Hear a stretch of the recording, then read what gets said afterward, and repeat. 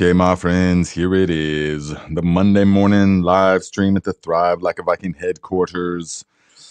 So, I was just scanning real quick through the comments, and I think I know what we're going to talk about today because you guys, Ms. T, has made some great comments. Creative soil, yes. So Ms. T attended a drum circle, awesome. But then she says, we are all pure love. When we realize that, I mean, really realize it, life begins to flow effortlessly. We're going to talk about that in depth. We're also going to talk about what Creative Soil said. Said it takes effort to keep your ego. The constant thoughts to keep it alive is like pedaling a bicycle. If you stop pedaling the bicycle, will eventually roll to a stop. Stop thinking and your ego dies. We are going to discuss that as well. So thank you guys very much. Hope that I can go back to these comments. Let me see if I can star the comment real quick. Okay, star comment. Yes, so that I don't lose it.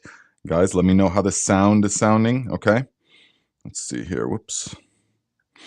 Good morning, Taylor Reindl. Guys, let me know how the sound is. Cloudy day. What did I say? What did I say? We're going to do a little meditation, then we're going to get kind of deep into the spiritual aspect of things today because we can switch it up. You know, last week we talked with Jerry. We had a great interview with him. We had a great experience with him.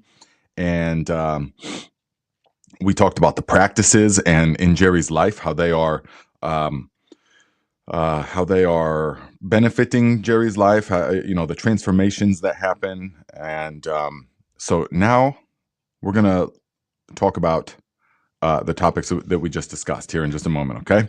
So that's going to be great. Thank you guys for those comments. Cause I was thinking, man, what should we talk about today? But of course it presents itself when the time is right. How many of you have begun living that way to where you really don't think about it that much because you just know that infinite spirit goes before you and opens the way, meaning that the way is effortless, meaning that the infinite spirit is going before you and clearing the way, saying, hey, no, over here, over here, over here. It's clearing everything out of the way. And so you don't really worry about it because you know that at the right time it will come. And also infinite wisdom is telling you what to say or what to do and what to say. Infinite wisdom is telling you what to do and what to say. When you really realize that, it just takes the weight off your shoulder because you know that this is the case.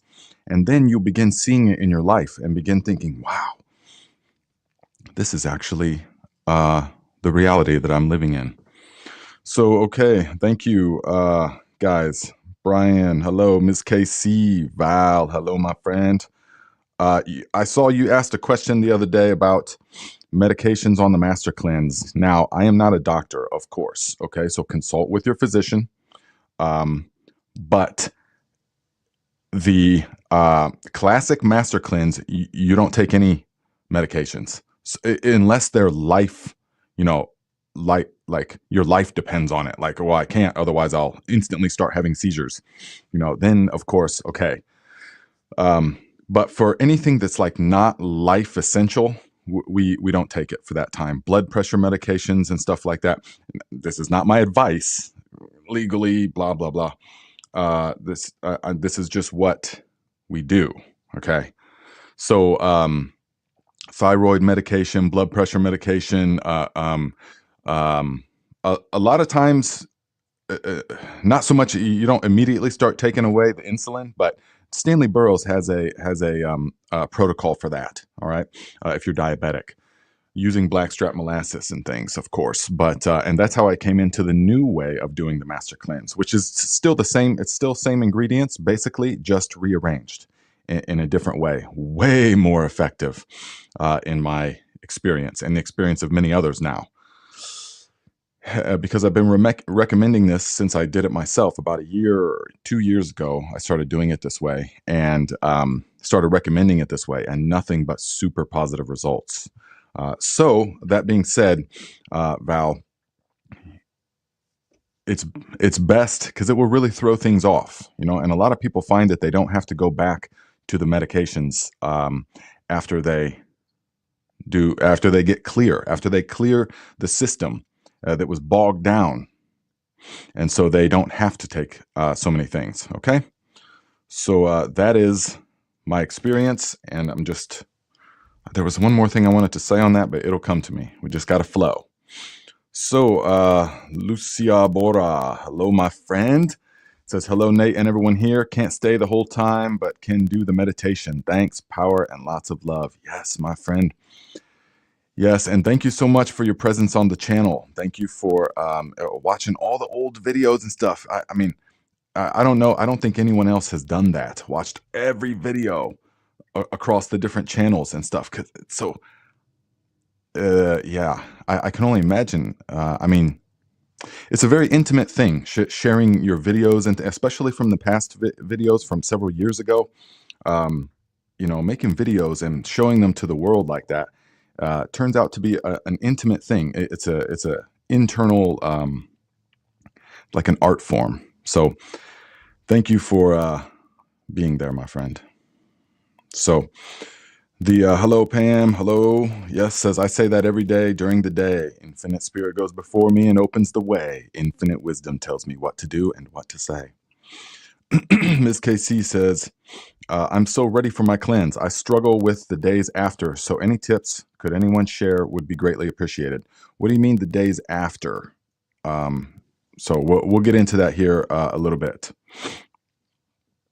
Let's see here. Yeah, Creative Soil says, and I heard you say that previously in the past, but I would not do it. It doesn't work the same way. So it doesn't. I wouldn't even do a master cleanse. If you're thinking about switching the molasses with like a olive oil, it's not going to work the same for the body, because it's, look at that, thumbs up. So I would just do something else. If you can't have any carbs whatsoever, if you can't even have the molasses, which is actually a long chain carbohydrate that actually helps insulin sensitivity, that actually takes a long while to break down in the body, and really is low on the glycemic index as far as sugar goes.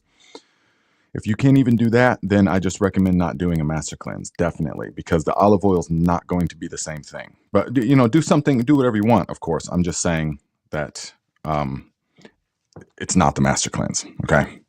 But yeah, I know, Miller. I know. I don't know what else to do.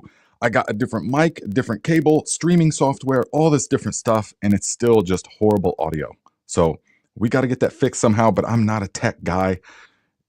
I'm just not a tech guy. So, okay, guys. So, yes, I know, Sam. He can't figure it out, so we just roll with it. I know. We got to get it figured out, though, eventually.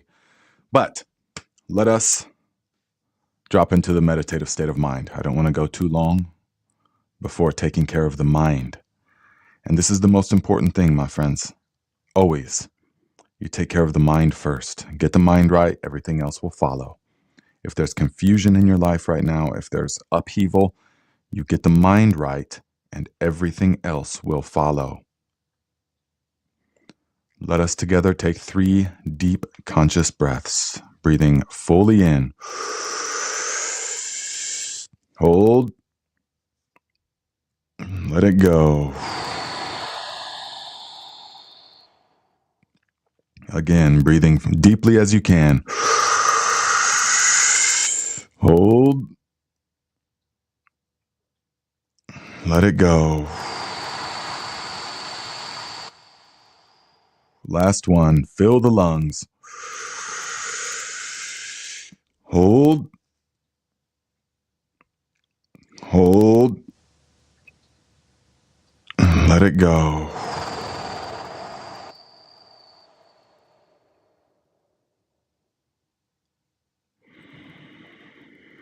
Now allow the body to breathe naturally and normally. Make no effort to breathe in any particular way during this meditation. In fact, make no effort to do anything except to clear the mind, which is more like an uneffort. Just allow the body to breathe for you. You just notice if the breath is shallow or deep. Doesn't matter, just notice. As you breathe in, You feel the sensation of air flowing into the body. As you breathe out, you feel the sensation of air leaving the body. Notice how the body is breathing for you without conscious effort. It knows exactly how to sustain you.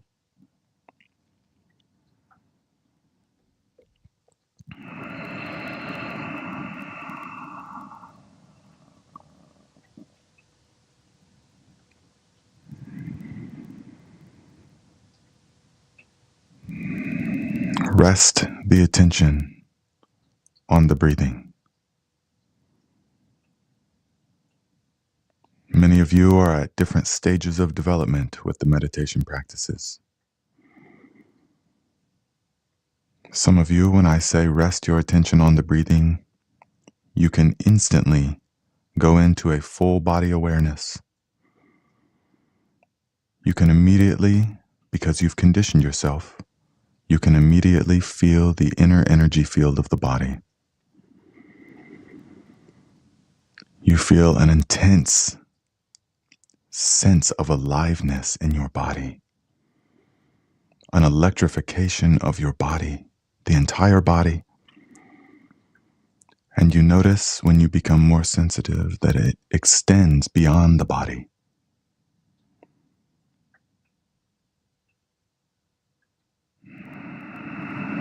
You are breathing with more than just the lungs.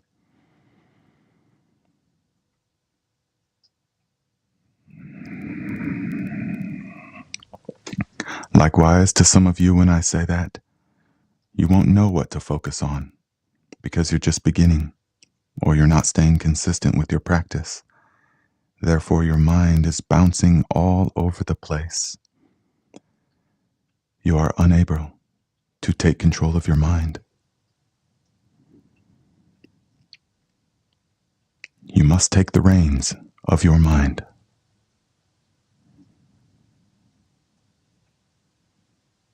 In that case, if the mind is bouncing all around and it will not sit still, anchor your attention on the subtle sensation of air as it flows past your nostrils. The ring around the nostrils, there's a very faint sensation. As you breathe in and out, rest your attention only on that sensation, no other thoughts.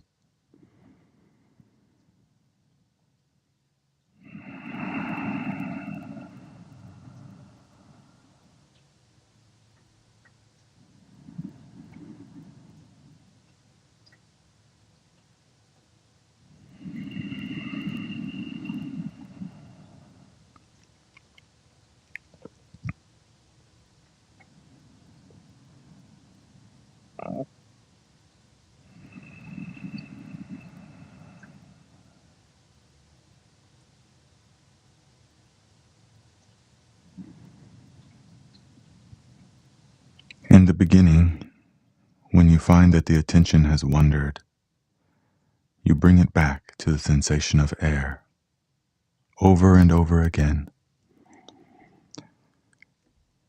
At first, you may find that the ego mind wants to create a big drama, a storyline around something that is actually quite neutral. The ego mind wants to say, oh, my attention has wandered away again. I've been meditating now for 4 months, and I still can't go more than 3 breaths or 10 breaths without my mind just wandering to some fantasy or to some memory or to some mental movie in the mind. I'm never going to advance.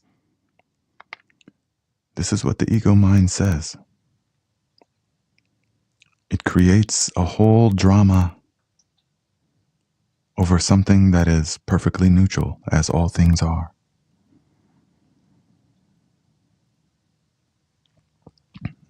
You must be patient with yourself. Many of you have gone your entire lives totally out of control of your mind. Brief moments where you have some semblance of control, but it's not real control. Many of you have gone 20, 30, 70 years at the mercy of the mind, the ego mind. So it may take a moment to break this conditioning.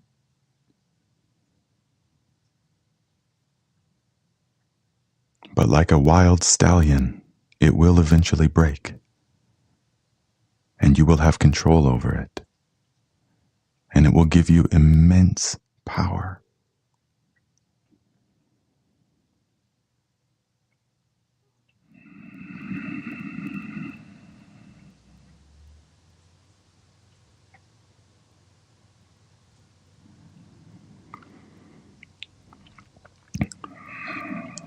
Together, let us take 3 deep conscious breaths, breathing fully in.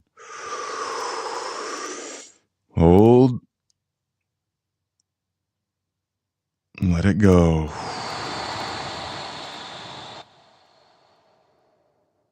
Again, breathing deeply as you can. Hold. Let it go.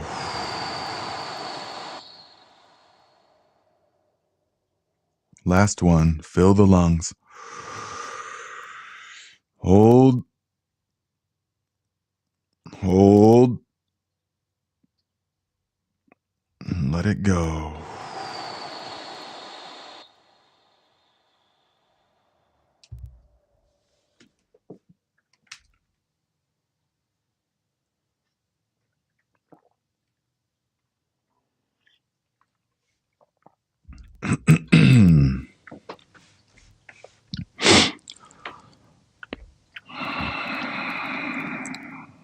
A couple of you have said, Sam Potzik and someone else said this. Bushcraft Baron said, embrace the click. Now, that is absolutely accurate. That is the meditation practice as it functions in your day-to-day life. The meditation practice is the most profound practice of all, by far. Everything else stems from that. And so, when you learn to become the conscious master of your mind, everything else becomes subservient to it. So things that used to bother you, you now have an understanding of the storyline that the ego mind wants to create. For example, it used to really bother me when I was young and into my teenage and even early 20s. It used to really bother me when I'd be eating with someone and they would be smacking their lips. Yeah, and then smacking their lips, it would just like make my blood boil. And I would lose my appetite and I would just want to just knock them in the face. And I had no control because I was still totally, completely in the dream. I didn't realize there was an ego mind. I didn't realize there was a commentator in the head creating a drama out of nothingness, out of absolute nothingness. And so I was at the mercy. My blood was boiling. I would get hot and flush, and I would just throw my fork down. I couldn't eat, but I wouldn't say anything, but I wouldn't say anything. And so that's just a really small example of how you have no control over your mind. What do you mean that the person's eating however they want to eat? Why does that bother you? Because you're letting it bother you. Not consciously, of course, but because your ego mind is saying, oh, why is he doing that? He's disturbing my peace, disturbing my meal. That sound is so irritating.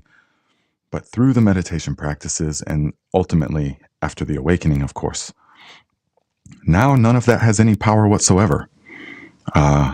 You can just observe that, and there's a space between what is happening in the external experience and what is happening in the internal experience, even though they are one and the same. They're inseparable, of course.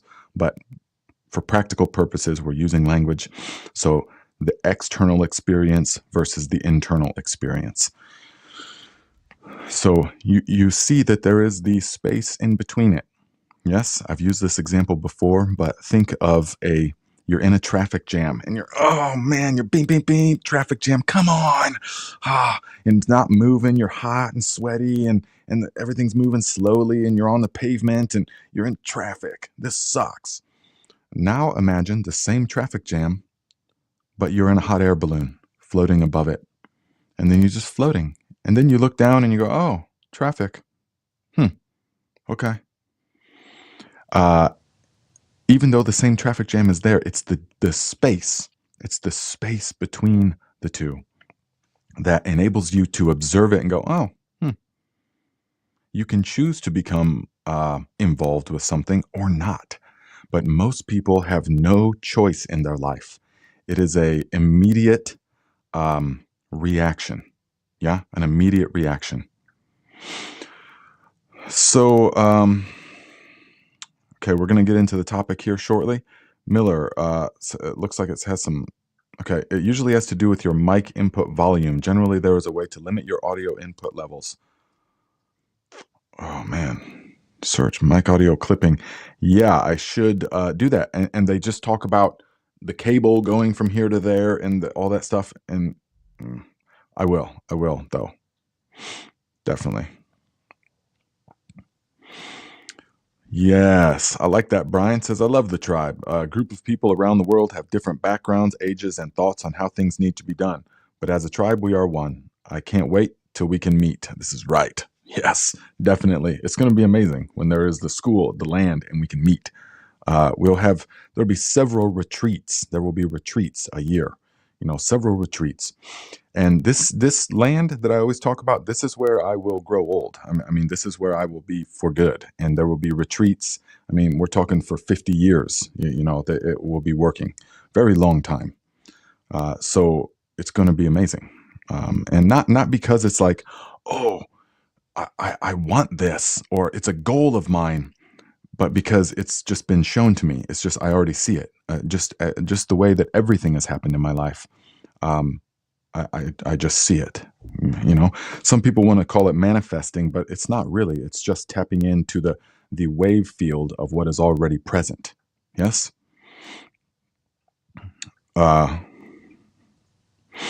So the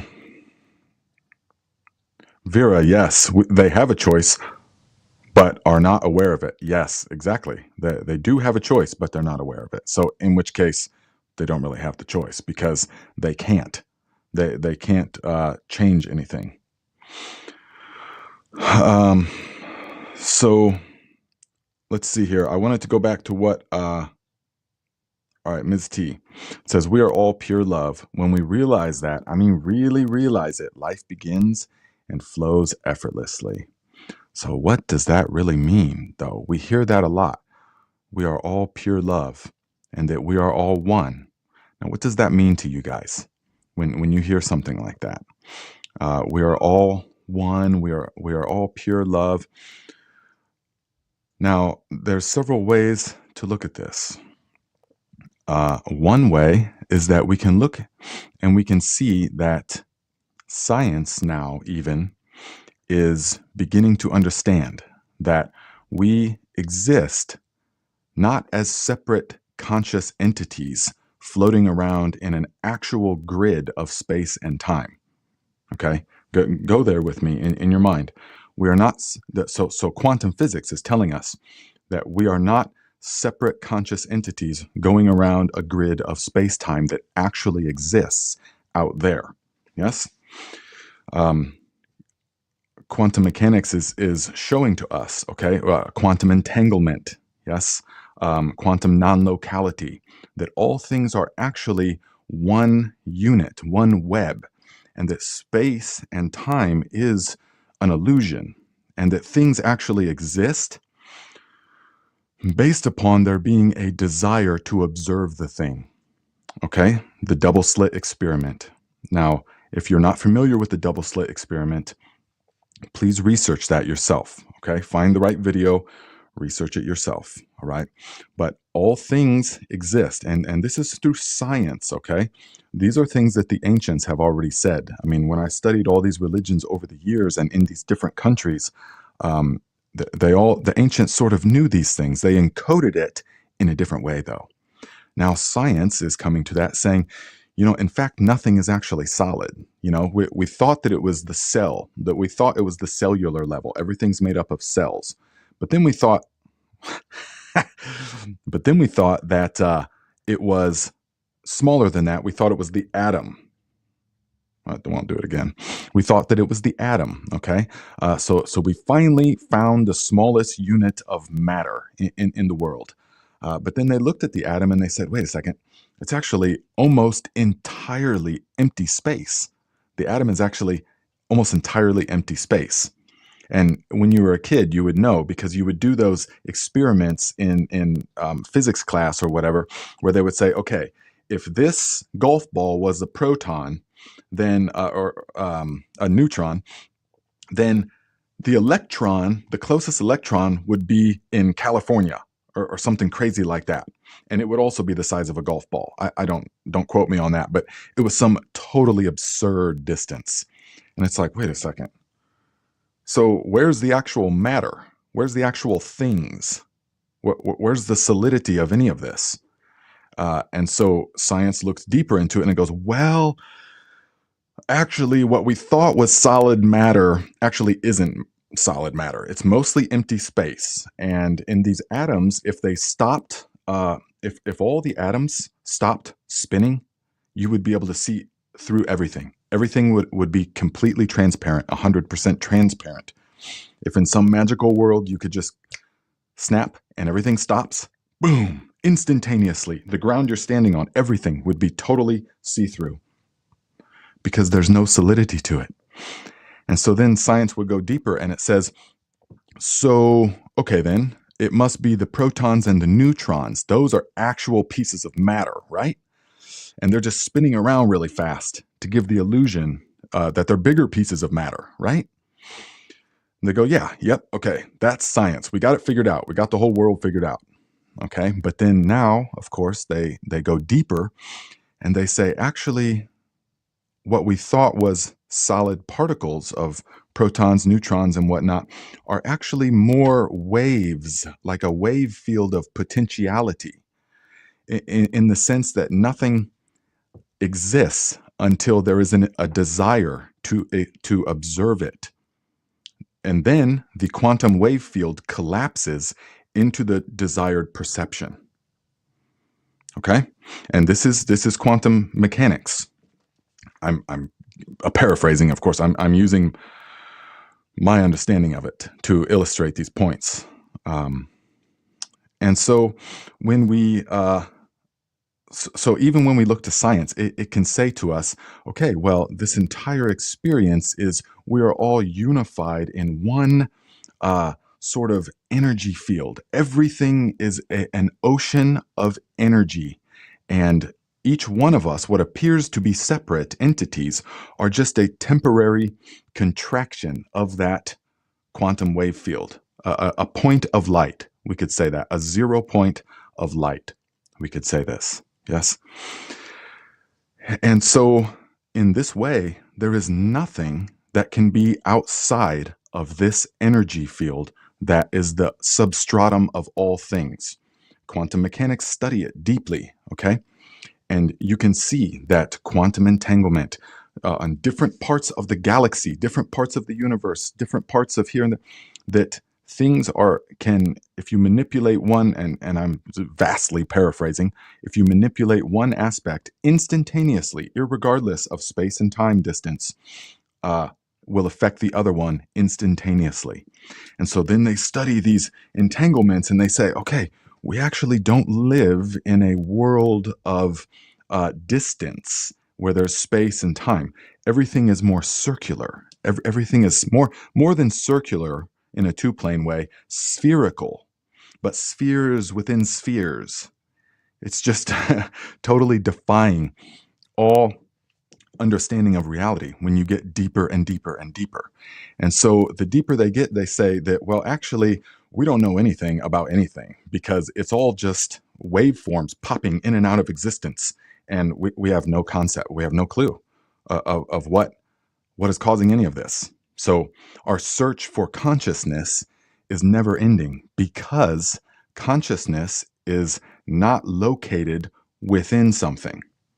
Consciousness is the energy field by which all things are and are not. Consciousness is the very fabric of reality. Even in this cup here, we say, well, this is just a glass. This is just a glass. It is consciousness. Now, I'm not figuratively saying that. I'm saying this in a literal sense. If the atoms did not know how to behave in a particular way, then the whole thing would just evaporate. All things, this pen has to know, it has to be conscious enough to know how to self-organize itself in such a way as to be different than these atoms or these waveform energies. And so consciousness is self-organizing. It is self-organizing, and it exists everywhere. There's nothing that can be outside of it. Everything is contained within it. It's the substratum of all things. That is why we will never be able to find it, because we are it. So, yes, Aaron Johnson, you're trying to bend the spoon, but the truth comes when you realize there is no spoon, which is absolutely the case. There is no spoon, okay? Likewise, though, there is no you. Now, you guys hear me say that a lot, and we haven't done a deep dive into that just because yet, but even on a level, on a basic level, so our understanding of the quantum mechanics that we just described, that we just talked about. Now, what part of that could you say is you? How do you exist? Exist, meaning from the root word, I believe, if I remember right, existere, meaning to stand out from. How can you stand out from all that is? From the one energy field that is consciousness? Remember, there's no space and time. This is an illusion. And so how can you possibly stand out from the totality of all that is? And now different religions call this different things. We could call it God, the mind of God. How could you possibly ever be separated from God? You are nothing less than God itself. The energy, and I don't mean your little thoughts and ego mind, I mean you, which is infinitely greater than your thoughts and your emotions and your likes and your dislikes. All of that is a contracted temporary illusion. It gives the illusion that you exist, but you don't. There's infinite freedom in that realization. If you deeply realize that, you see, whoa, wow. I'm holding this and I'm pointing to this as if it's something separate, but it exists in the same quantum wave field of information energy that I do, that what I call myself. And what we think is empty space and time, there's no real space and time there. Okay? So it's all in the same ocean. It's all happening in the same ocean. When we realize this, we say, what? All the different animals, all the different forms of life, it's all you. It's all the different people that are all around, and you've got all these judgments about everybody else. You're judging yourself, literally, not in some figurative way.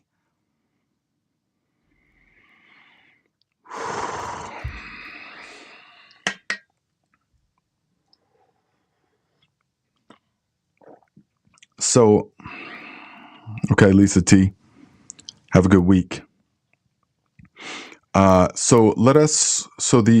Starred. Now, Creative Soil said this before the chat started.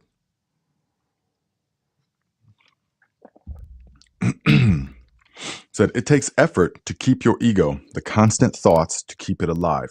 It's like pedaling a bicycle. If you stop pedaling, the bicycle will eventually roll to a stop. Stop thinking and your ego dies.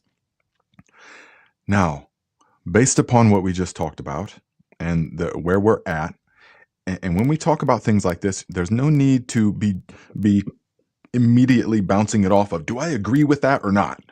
Does that conform with my beliefs and thoughts or not? Do I agree with what he's saying or not? Put that out of your mind. Just observe and listen and feel. That's all that's required. And so, in light of this, it says it takes effort to keep your ego.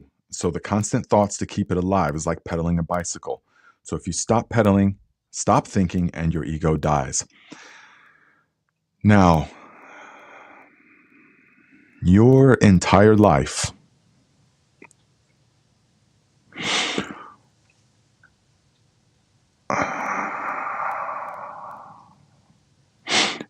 so from the moment, so as far back as you can think, from as far back as you can remember, your earliest memory until right now, would you say that you are still the same person? That it's still you? Okay, and I don't mean, would you say it's still you? Of course you would. Okay, so if you had some kind of a magic mirror and you would look in this mirror and 40 years goes by, you look in this mirror and you're staring in the mirror, 40 years goes by. Everything, buildings are rising and falling, trees are growing and dying, the sun's coming and going, your hair gets long, maybe you get a haircut, maybe like it gets longer or shorter, and then you see your face starts to sag a little bit, time, you see all of that. Okay, all of that change is happening. Yet, who is looking through the eyes? You would still say, it's me, right? Even though everything has changed. And so, from your earliest thought until now, you would say that it is still you that is looking. But what is the you that we always refer to? What is the you that you always refer to? You would say that in that time, it's always been you looking. Has there ever been someone else that's been looking during that entire time? No, of course not. You would say it was me the whole time. But what are you referring to? Are you referring to this body? Because the body is constantly changing. Constantly. Not just changing, moving, but literally regenerating itself. Your cellular activity is nonstop regenerating itself. And so you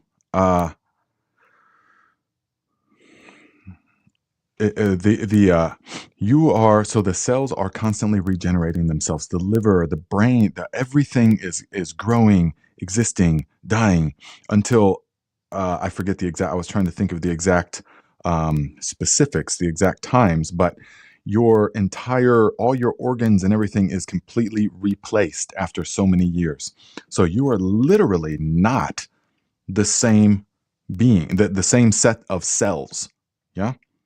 And when we look deeper into this, we see, wait a second, we actually have more microorganism cells in our gut and in our body than we do human tissue cells. And so we're actually more alien than we are human tissue. But that just kind of blows the mind a little bit and says, okay, so our idea of what we are starts to get a little bit shaky. Because it says, okay, well, I thought that I was this body, but this body is in a nonstop state of dying and being born. Every cell has its own lifespan, born and dies, but yet it's still me somehow. So you say, okay, well, I am my thoughts, of course. I'm the commentator in the head. That's what I am. Okay, well, during that entire time that you were looking in the magical mirror and everything else was changing, but you were always looking, your thoughts are constantly changing. Constantly. No thought, a thought is comes and goes, comes and goes.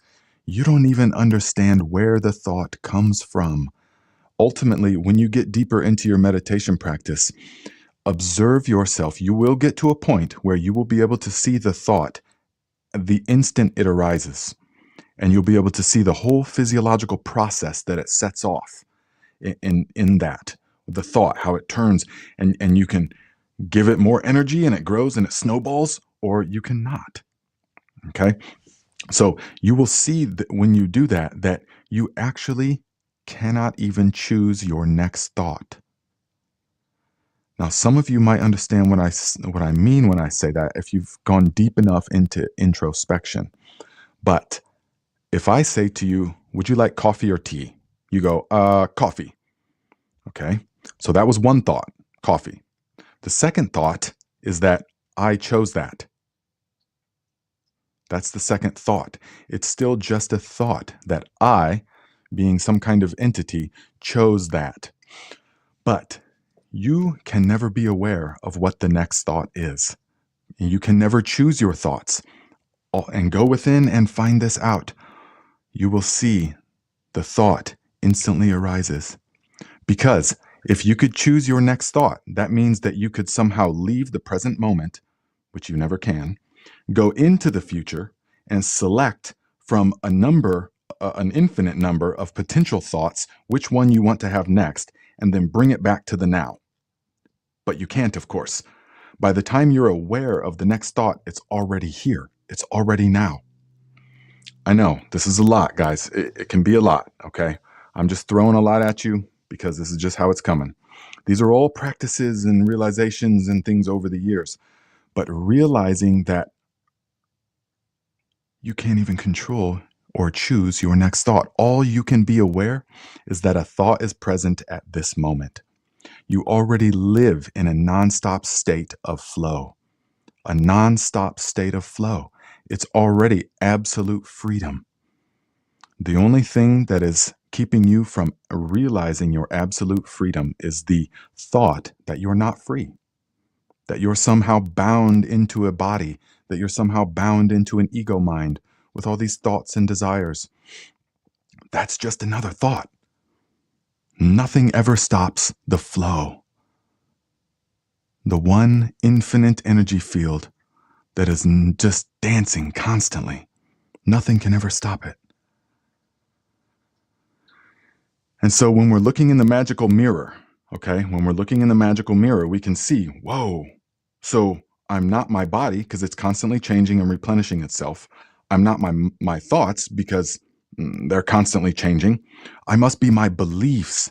Okay, so I believe in this kind of God or that kind of God. There's so many thousands of different religions and different gods. And I know I travel to these countries and things, and everyone believes in their God and is different, but there's the true God, of course.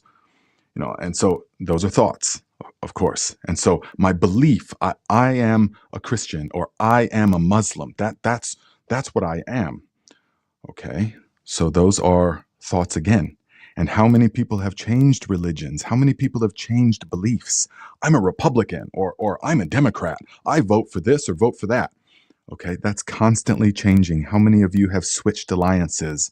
How many of you have changed your mind about things? Your whole belief system changes constantly. There's no solidity to it whatsoever, except for the solidity that you give it, that you say, well, you form an identity around it. You say, well, that's me. That's what I am. I'm my thoughts, and I'm this religious identity, and I'm this political identity, and I have this kind of body, and I have these kind of thoughts, and this is who I am. That's just another thought. That's just another thought. That's just the pure energy temporarily localizing itself in an illusion that it has a body and that it exists in some field of time and space. But keep investigating. Just keep investigating. Every time you investigate, what am I? Whatever you think you are will fall apart into nothingness. Okay? So I'm not my beliefs. I'm not my, okay, well, and this happens a lot of time with really intelligent, like book smart people, that can do really good on tests, and maybe they're doctors or lawyers or something. They identify with their intelligence. Well, I'm an intelligent being. Okay, well, surely there will come a time when your intelligence leaves you. What if you get into what if you're brain trauma, or what if you catch some kind of disease or something, which happens to everybody eventually? Then where's your intelligence? And that totally changes. The whole thing changes. Or you can grow your intelligence through practice and through conditioning. So that's constantly changing as well. So what am I? Oh, my memories. I'm my memories, I guess. even though those are fluid as well. Where are they? Where is your childhood right now? Where is it? In the now, where is it? So everything that you would think that you can identify with dissolves once you investigate it deeper. And you see that the basis of what you are is the pure energy field, the quantum wave field. We can, using the terms of science. Now, older spiritual practices have called it different things over the millennia, based upon their cultural norms at the time. They encode this information in different ways. This is what I found traveling the world and diving deep into all of this stuff over these years, is that the essence is all the same. It's just encoded differently based upon the culture of the time. Yes. And so, yes. Aaron Johnson says, I have literally had dreams about this. I am a ball of energy floating around. You absolutely are. You are a ball of energy that is inseparable from all the energy that is. That there is nothing out there separate from the field of infinite potentiality by which all things arise. And realizing this deeply, you no longer ever feel the slightest bit of loneliness, of isolation, of depression, of fear, real fear. I mean, danger is different, but fear, so danger is something that's in front of me. Okay, a bear or a car coming, I got to get out of the way. Danger. Okay, you got to take action. Fear is a psychological storyline around potential danger, usually future danger that will never even happen. So all that fear and that worry just kind of evaporates because you know your true self, the God consciousness, the Christ consciousness within you, which is not the most magnificent power, the only power there is. Nothing can be outside of it. So all of the suffering and all of the questioning and all of the complex and all of the lack of confidence and all of the sort of uncertainty in your life, what should I do? And the apathy in life, all of this comes from your identification with the delusion that I am yada, yada, yada, whatever the next thing is. I am a man, I am an American, I am a Christian, or I am an atheist, or I am a Republican or Democrat, or I am a upper class or lower class. This is why the mainstream, they, with the capital T, they want you now to identify with ever increasing tiny little minutiae of identifications, because they know if they can keep the God consciousness temporarily locked into the delusion that you are this tiny little thing.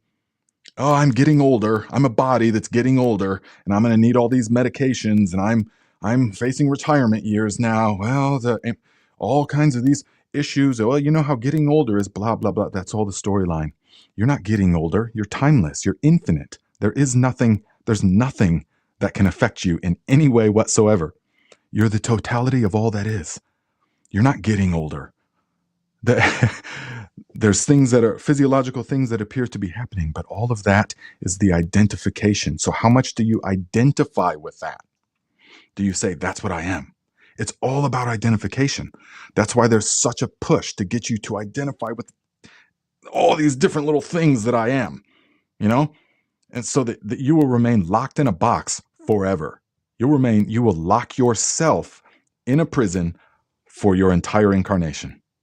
You will lock yourself in a prison. And that's what we see everywhere now. Everywhere. So then what is the objective? The only objective is to realize the God consciousness. Realize it, meaning it becomes a reality for you. Now, if you can understand what is being spoken about here, then That's a good start. Understanding is where everything starts, yes, but that's only one more layer within the dream. Eventually, you have to realize it, meaning it will become a reality for you. And that is when the contracted energy, the sense of being a localized person or being evaporates. And your sense of what you are expands infinitely. And you don't, by identifying with nothing, you are everything. So,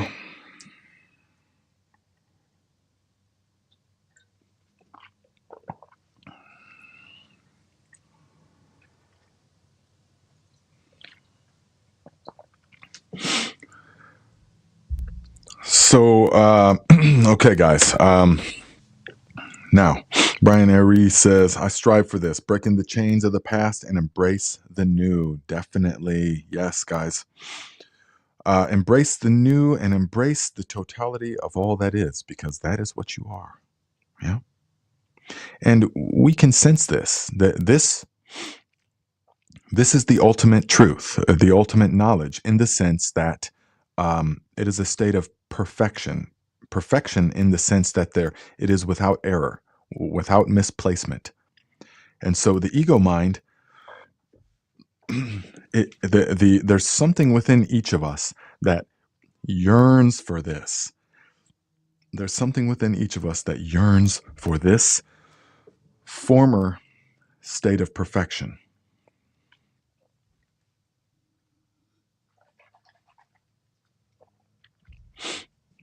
It is the drive that drives behind so many things. It is a sense of nostalgia that the ego mind carries with it, a longing for something that used to be, but is no longer. And so it tries to find it in so many different ways, this state of perfection that it's unconsciously aware of in most people, until it all happens and you start becoming conscious of all of it. Then it snowballs and everything just falls apart. And we can call that the dark night of the soul. We could, or the initiation. But you see it everywhere in the world now. People are trying desperately to reunite with that state of perfection that they've lost. The ego mind is itself separation from that state of perfection. And so back to a long way around, back to what Creative Soil said, if you stop thinking and your ego dies, so everything that I was talking about is just another thought, right? So when you stop thinking, when you're silent, where is all of that? Where is the whole storyline? Where is the depression? Where is the anything? Where is the anger? Where is the anything? It only exists in the process of story making. That's what this device is. It takes what is perfectly neutral, the natural world, the infinite flow of energy, and this device infuses meaning and purpose into what is otherwise neutral. And it does that by thinking. And the thought, the mind creates then a cycle of emotion and feeling. And then you believe that, oh, this, and it pulls you this way and it pulls you that way. You can observe these things yourself. It's very easy to do. Once you get to a certain point with your own practices, that you can observe this in yourself. You will be able to see a thought as soon as it arises, and you will be able to allow that thought to be there. You will not try and stomp it out like a whack-a-mole, bam, oh, there's a thought, bam, there's a thought, bam. You no longer have to do that. At first, that's how it feels. But there will come a point when you no longer have to do that. And instead, you will see the thought is there, and you will allow it to be there, because you have this distance now, and you can see the thought, and almost instantly, the physiological experience that arises within you, the physiological experience that arises within you based upon that thought, you will see it. Oh, it sets off a chain of reactions. You'll feel the change in blood pressure. You'll feel the change in heartbeat. You'll feel the tingling in the body. You'll feel the different flow of the energy. All of it started from the thought. You'll be able to see and feel and sense all of this. And that's when the magic really starts to happen, because then you see for yourself. You're realizing it. You're experiencing it, going, wow, my whole life, I thought my whole life has been a dream. I've been dreaming my entire life. But you only know that once you wake up. So, yes, Pam, let your light shine. Absolutely. There comes a point when it's like, well, there's no other goal or purpose in life than to shine. And I don't mean the ego mind to shine by acquiring a big house and become famous and all that kind of stuff, but to shine your love for everyone. When people to just bathe others in your love energetically, and just compassion and kindness flows naturally from you. It's not anything that you're trying. If you're still trying to be compassionate or trying to be this and that, I mean, that's good. That's good. Keep going. But when the shift happens that we're talking about, there's no longer, you don't have to try any of that, because infinite spirit and infinite wisdom are doing it through you. And so you're compelled. You can't do anything other than that way. And you don't really question it anymore, why you're motivated to do certain things. You just do them because that's the way it is. So Ms. T says, we are created from love. We are love. All else and everything that we have been taught to believe is a deception. Absolutely it is. Absolutely it is. Because if you realize that you are the God consciousness, you are all that is, then you can't control that. Nobody can control that. Even the people or the entities or whatever it is trying to control, they're also you. They're not outside of the totality of all that is. Throw away the dualistic thinking of the human mind. The human mind wants to, it immediately creates dualism. Yes, that's what the human mind does. The knowledge of good and evil. Yes, eat from the tree of the knowledge of good and evil. So the human mind, good, evil, dualistic thought. And that's what it does. And so us and them. So yeah, we're all one, but they're not part of us. No, they are also. There is no them. It is also a different aspect of you. But remember, for all the positive and all the negative, what appears that way, nothing is linear. Nothing is linear. It's cyclical. And the sum total of the cosmic equation, if we could say, is zero. The sum total of all things is zero. Perfect freedom, perfect neutrality, perfection. And so you have to keep that in mind. Even they or them, whatever the enemy out there, that's also an illusion. We talk about it and stuff because we're in this world. Yes, it's all relative. It's kind of a paradox, but we talk about it. We're aware of all of it. Yes. And we're not going to allow ourselves to be controlled, of course, in any way whatsoever.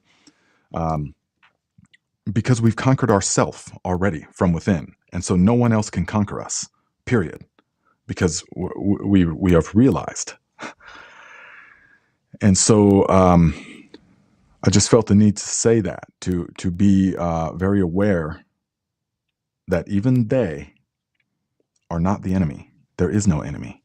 The sum total of all things is zero. The Prodigal Gardener says, if we take every thought captive, it would keep us out of trouble and in a great peace of mind. Nice. I like it. Prodigal Gardener, as a man thinketh, so is he. Oh, yes. We know this book, right? There's a fascinating study on how thoughts can reactivate the dead parts of our brain. A chemical forms over the cells and they spark and come to life. Oh, absolutely. There's so many. I would like to know the name of the book or the movie that or the video that you're talking about, if you are. But there's so many of examples of things like this. Yeah. Because it's the everything is consciousness. It's totally inseparable. Remember that. Ooh, VA Green. It was a good one today. You'll have to go back and watch it. It was a good one. Yeah. Teats Treats. I'm now having a tough decision. What do I like better, the Thrive or the gardening channels? Well, actually, they're one and the same. That they are two aspects of the same thing, because the gardening channel is the most practical way to take the reins of your life. Because and I realized this over the years, what you put into your body directly correlates with your experience. And so by growing your own stuff, you are ensuring that all the vitamins and minerals and life force energy and everything that this organism needs to realize its maximum potential is there. Yeah. And so I started that channel not because I was like, hey, I want to start a YouTube channel and then maybe I can get followers and stuff. No thoughts like that even happen. I just compelled to make the videos like this here. I mean, even though this is a very close knit small tribe at the moment, it doesn't matter. I'm just compelled to do these, to say all of these things. And so it's it's one and the same, of course. But I know what you mean.